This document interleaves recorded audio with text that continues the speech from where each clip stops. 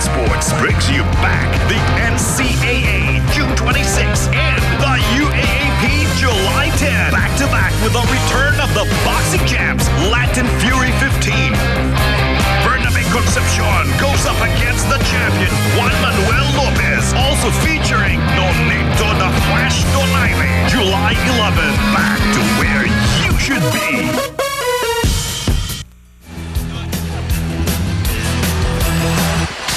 Garvo Lanete just knocked down a three-point basket to take the lead. Before that, this rejection by Sudan Superman Daniel. Yeah, but that time around, Pascual wasn't really committed to that shot of his. Emphatic basket by Garvo Lanete, and that, Coach Tanichi, was the first three-point basket made by San Beda all game.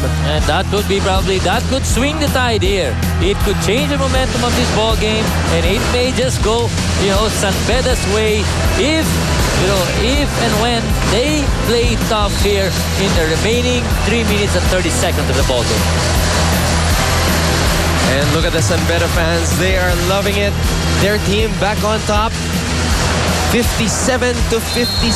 They were trailing almost the entire game, being down by as many as 9. They never trailed, by a big margin. Yes. And I think that's what's important. Because, one shot like that by Garvo Lanete could change, the whole complexion of the ball game. And Garvo Lanete has 14 points to lead all San Beda scorers in this ball game. Almost an errant pass. It is. It is. See, Borgi never gave up on that one. He chased that ball and, threw enough. Stevens threw it away. Credit the full court defense of San Beda to force that turnover. Let's see what happens in this possession. Oh, there's a cross-court screen. Oh, Borgi is free!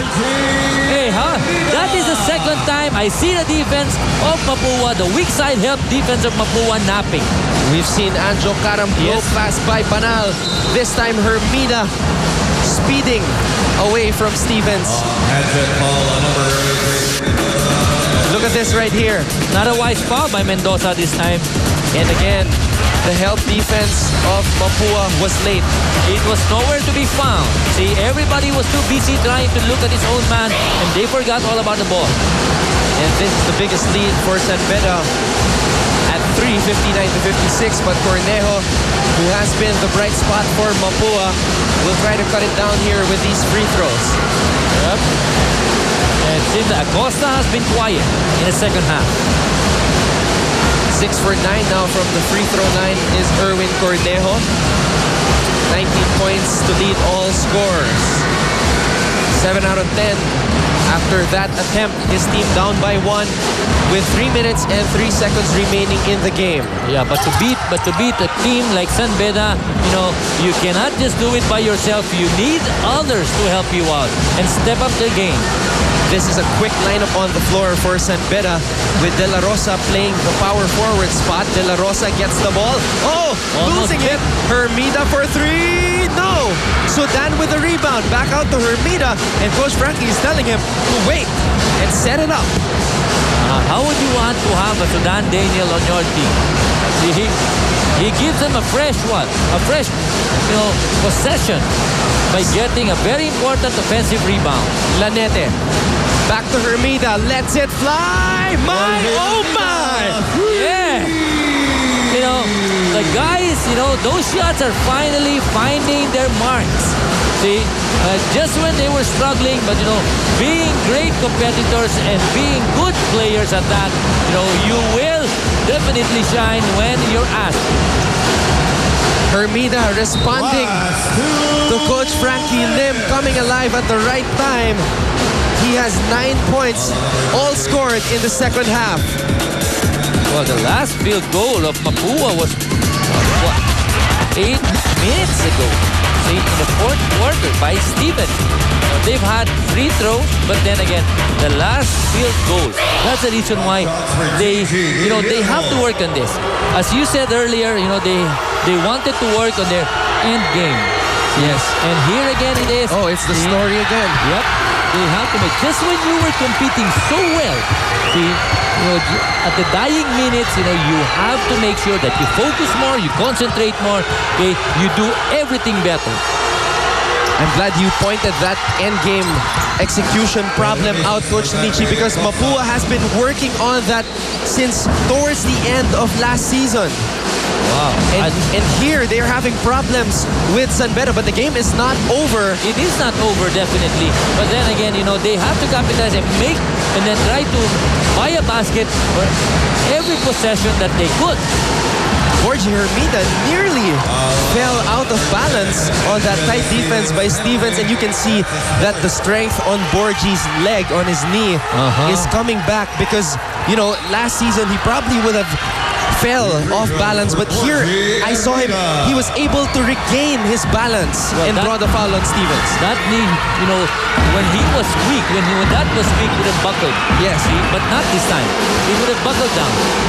But he misses on that first free throw attempt. He is 4 from 7 on the free throw line. Makes the second one. Better, of course, up by 4. Just when they were trailing the whole time. San Beda not letting up. Full court man-to-man for the red shirts. Well, if I was MAPUA, I'd give the ball to this guy here. You know, holding it right now because he has been solid, he has been steady for them. You know, their possessions have not gone anywhere. Hopefully they do get, you know, a good possession here. DJ Guillermo driving inside. Strong on that layup attempt. Here comes Borgie Hermida. Borgie against Stevens. There was a foul called, and that would have brought the house down. It would have. Borgie knew exactly what Stevens was going to do. Stevens was going to bump him and not give him an easy time getting to the basket, and that's the reason why he took it strong. And that is the 5th and final foul of Andre Stevens. Well, after being bugged by Stevens the whole game, he knew exactly what Stevens, you know, had in mind, you know, when he was going to that basket. For MAPUA, it has only been Cornejo who has gone to the free throw line in this fourth quarter. He is 7 for 10. For San Beda on that free throw by Borgie Hermida, as a team, San Beda has shot 3 out of 5 from the free throw line. Well, Borgie Hermida, as we said, you know, had an anemic game going to the last few minutes of this ball game. Yes. But here he is, you know, trying to regain whatever confidence Coach Frankie Lim has on him. And you saw Coach Frankie Lim on him and gave him a pat on the butt. Yep. Before he took those free throw shots. And he responded. Remember that when, you know, there was one timeout where Coach Frankie Lim told, you know, was telling him, was on his ear the whole time. And let's listen in on MAPUA. They are down by 6. Inbound dyan. Lagi ikaw mag-inbound. Tama.